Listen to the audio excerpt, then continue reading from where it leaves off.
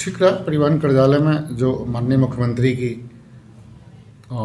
सर्व प्राथमिकता की योजना है, मुख्यमंत्री ग्राम परिवहन योजना, जिसका उद्देश्य है ग्रामीण क्षेत्रों को मुख्य शहर के मार्गों से जोड़ना, आवागमन की सुविधा प्रदान करना।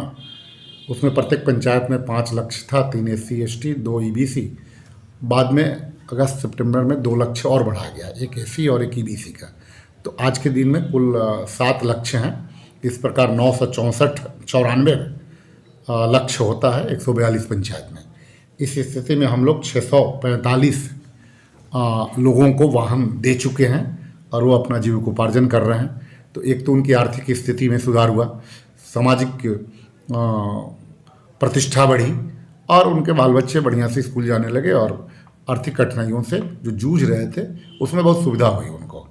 साथ ही आवागमन की भी सुविधा हुई आम लोगों को।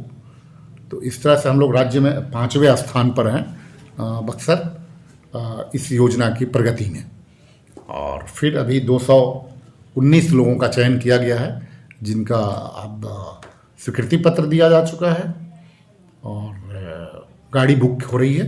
और फर्स्ट वीक में हम लोग डुमरांव सब डिवीज़न के लिए और बक्सर सब डिवीज़न के कैंप करके गाड़ियों का वितरण में भी 4 और 5, चूँकि 3 संडे शायद पड़ रहा है, तो 4 और 5 के बीच में हम लोग कैंप करके गाड़ी का वितरण करेंगे लाभुकों के बीच।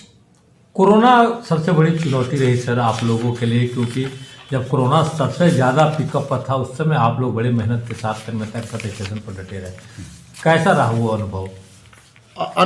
देखिए, ये सब चैलेंज है, प्रशासन में चैलेंज को ही एक्सेप्ट किया जाता है। कोरोना जो वैश्विक महामारी थी उसमें आप देखेंगे शुरू में सभी NGO बहुत चावल, आटा, दाल, सब्जी बांटे, लेकिन उनको भी शायद उम्मीद नहीं थी कि इतना लॉन्ग चलेगा। और धीरे धीरे आप चूँकि स्थानीय पत्रकार हैं तो कोई NGO बाद में फिर नहीं रहा और टोटल चैलेंज प्रशासन पर आ गया। प्रशासन के जो भी विंग है, मेडिकल का विशेष सहयोग रहा। जिलाधिकारी के निर्देशन में हम लोग रात दिन पैदल आने वालों को, ट्रेन से आने वालों को, खास करके वो रेड जोन से आने वाले लोगों को, दूसरे राज्य से आने वाले लोगों को उनके ज़िला में उनके घर की स्थिति तक पहुंचाना एक वाकई चैलेंज था। लेकिन संतुष्टि यह है कि हम लोग ससमय सर्विस डिलीवरी, उनको सेवा प्रदान किए और प्रशासन तो सेवा ही प्रदान करता है।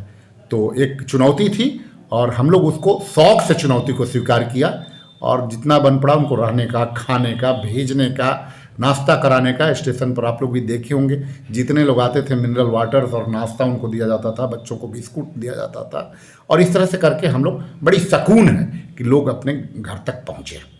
सर आर्थिक क्षति भी कुछ हुई होगी? हाँ, राजस्व क्षति हुई है। जहाँ आम लोगों से ही राजस्व लेना है उनकी सेवा हम लोग नहीं कर पाए, चूँकि एक अलग चैलेंज था। तो जो अप्रैल शुरू हुआ, खास करके जून, जुलाई, अगस्त, सितंबर, अक्टूबर तक चैलेंज रहा और मुख्य रूप से 4-5 महीना तो राजस्व की क्षति हुई। मोर देन उस समय एवरेज 50% लगभग 3-4 महीना जून, जुलाई, अगस्त तक रहा। जब धीरे धीरे आवागमन की सुविधा हुई, ढील दिया गया, तो लोग आने लगे, सर्विस डिलीवरी हुई, तो राजस्व बढ़ा। नए साल में क्या कोशिश होगी सर? नए साल में ज़्यादा से ज़्यादा लोगों को आसानी से सेवा उपलब्ध कराया जाए। जो परिवहन विभाग की सेवाएं हैं वो उनको कम परेशानी झेलना पड़े और समय पर उनको डिलीवरी दिया जाए, ये प्रयास रहेगा और ये प्रयास रहता भी है।